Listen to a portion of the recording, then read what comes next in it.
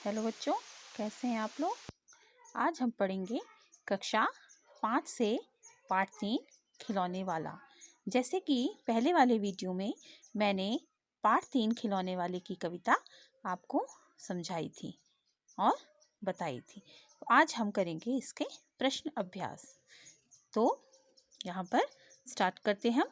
प्रश्न 1 है, तुम्हें किसी ना किसी बात पर रूठने के मौके तो मिलते ही होंगे।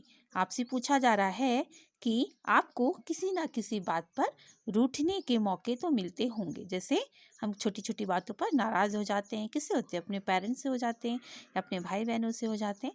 तो आपसे इसमें पूछा जा रहा है इस प्रश्न में कि आपको किसी ना किसी बात पर रूठने के मौके तो मिलते होंगे। मौके मीन्स अवसर।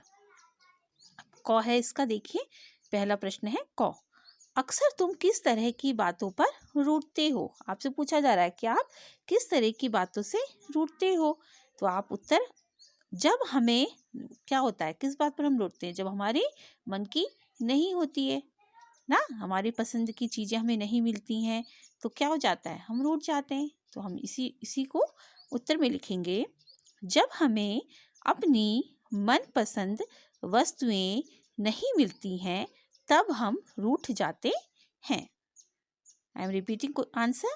जब हमें अपनी मनपसंद वस्तुएं नहीं मिलती हैं तब हम रूठ जाते हैं। अब खौ देखिए, यहाँ पर दूसरा प्रश्न है, माँ के अलावा घर में और कौन कौन है जो तुम्हें मनाते हैं?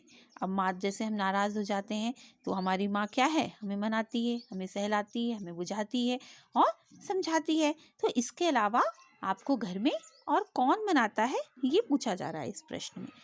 तो हमारा उत्तर होगा, माँ के अलावा घर के सभी सदस्य, जैसे दादा दादी, जैसे दादा दादी होते हैं वो मनाते हैं, बड़े भाई बहन आदि मुझे मनाते हैं।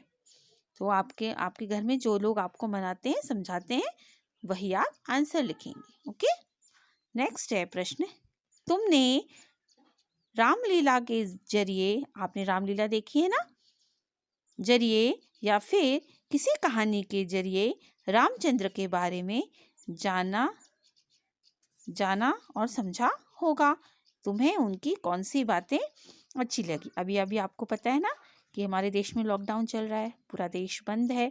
तो अभी क्या हो रहा है, डीडी नेशनल चैनल पे रामलीला रामायण दिखाया जा रहा था। तो आपको देखना चाहिए था, आपने देखा भी होगा।